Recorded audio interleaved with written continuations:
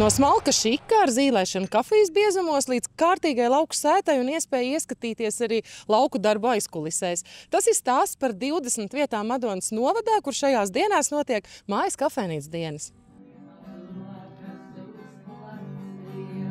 Ideja fantastiska, tas ir tā kā aizbraukt ciemos pie svešiem cilvēkiem, tad, kad pilnīgi sveši cilvēki tev sniedz pašu labāko, ko viņi varētu arī iedot, tā kā savam radiniekam.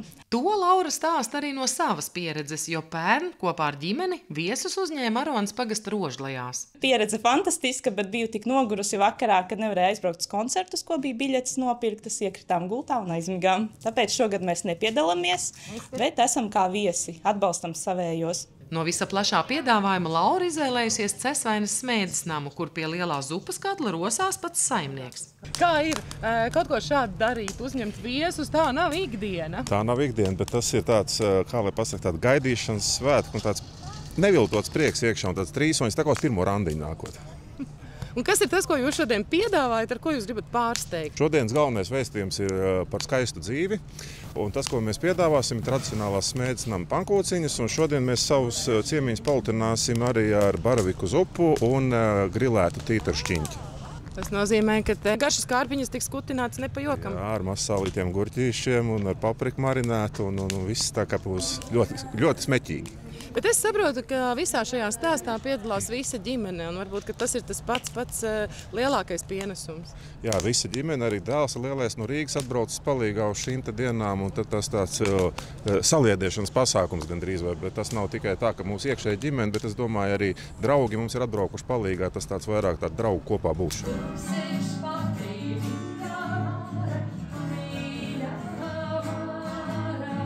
Šeit es gribēju jau pagājušajā gadā atbraukt. Šeit ir tāda veida atmosfēra, ļoti saudabīga, bet man kā dekoratorai ļoti tāda, es braucu varbūt, teiksim, tā idejas smelties un arī baudīt tādā patīkamā vidē pusdienas. Par estētisku vidi parūpējusies ir arī Zane, kura līdztekus patiešām skaisti noformētam un baudāmam ēdienam arī mums piedāvā iespēju pazīlēt. Mazliet smieklīgs veids, kā zīlēt, ir kafijas biezumam, ļoti sens, vecs, gan Eģiptē, Turcija. Mūsdienās arī Armēnija, Gruzija, kur zīlēja ik uz katra stūra. Šobrīd Latvijā ieviešu šo veco tradīciju. Esmu drīzreiz izgājusi kafijas skolu, dzīvoju Vācijā, dzīvoju Latvijā. Zīlēju 3 valodās, ja kādam vajag, protams, vienmēr atvērtos sarunām. Gan kā privātpersonām, arī es uzņēmumiem zīlējusi potenciālos talantus. Un šodien arī ļoti īpaši klāts galds, tas nozīmē, ka ir vēl kāds hobijs. Tā vismaz izskatās. Ne tikai kafijas zīlēšana, arī galdu dekorēšana, noframēšana. Viss, kas ir skaisti. Protams, ēst gatavošana vienmēr bijusi mana prioritāte ģimenei. Kaut gan ikdienā gatavo vīrs mājās.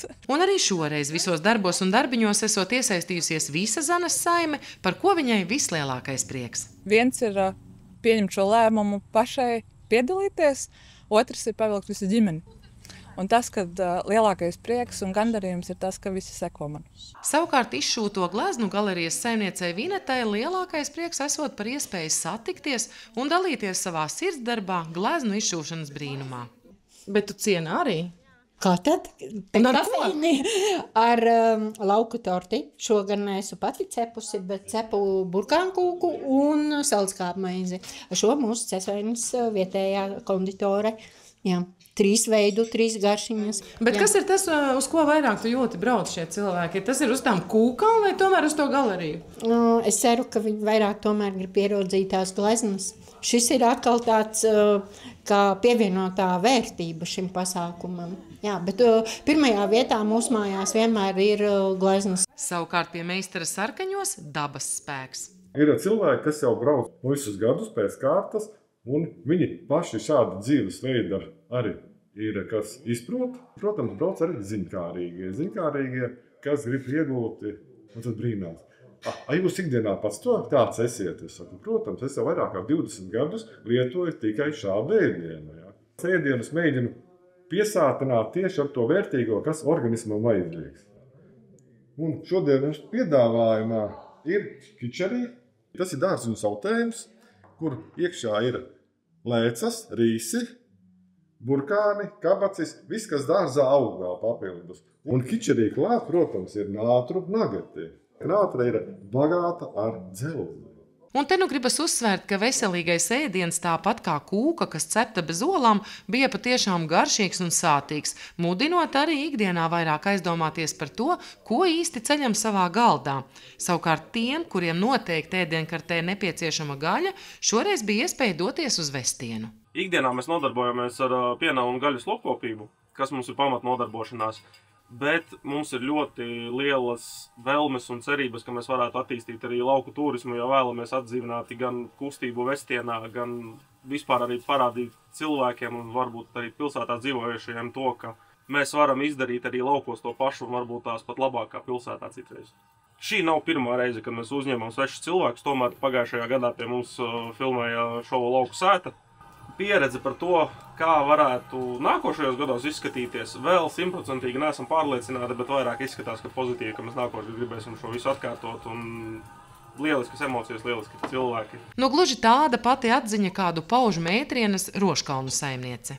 Tik liela cilvēku atsaucība ir vienkārši nepārspējama. Tas ir vienkārši lieliski. Cilvēki iedrošināja, cilvēki atbalstīja, cilvēki grib un nāk. Ja mēs gribējām uzņemt līdz 40 cilvēki, jo kā nekā pirmais gads, tad mums ir sanākuši veseli 70.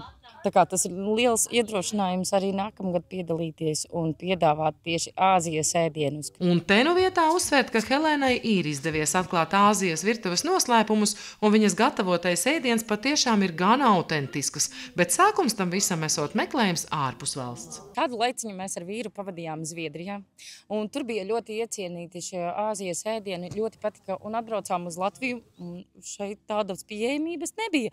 Tāpēc sāku pašmācības ceļā, sāku gatavot, lai iepriecinātu otro pusīti. Tā ļoti bieži mūsu virtuvē ir tādi asi un sildoši ēdieni.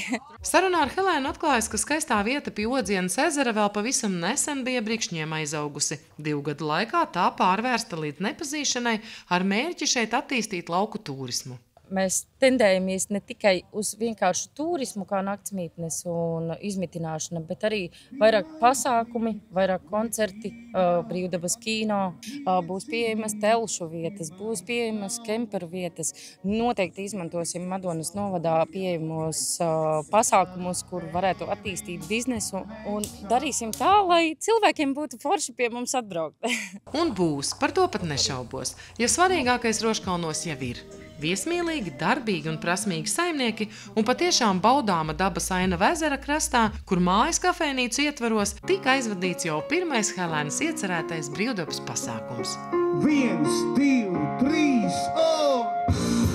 bet tu esi pagājuši šodien un te. Sandra Zariņa, Andris Milnis, RTV.